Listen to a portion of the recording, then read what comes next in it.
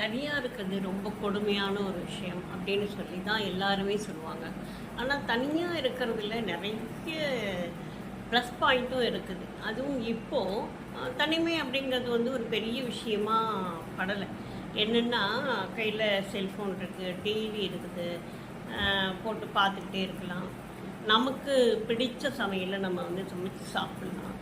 நினச்ச நேரத்துக்கு படுத்து தூங்கலாம், நினச்ச நேரத்துக்கு எந்திரிச்சு காஃபி போட்டு குடிக்கலாம். நினச்ச இடத்துக்கு சடனாக ஒரு ஆட்டோவை கூப்பிட்டு கிளம்பி போய்கிட்டே இருக்கலாம். உடம்பு சரியில்லைன்னா தான் கொஞ்சம் மனசுக்கு ஒரு பயமாக இருக்கும், கஷ்டமாக இருக்கும். என்னடா அது யாருமே இல்லையே அப்படின்னு சொல்லிட்டு.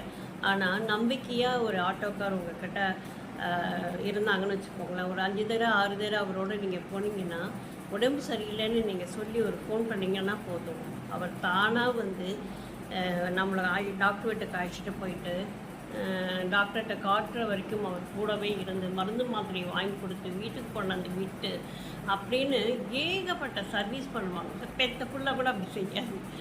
அதனால் வந்து தனிமை அது வந்து ரொம்பவே சுகமானது. அதை அனுபவித்து பாருங்கள். அதில் இருக்கிற சுகம் வந்து நம்ம பொண்ணு பிள்ளையோட இருக்கும்போது கூட கிடைக்காதுன்னு நினைக்கிறேன்.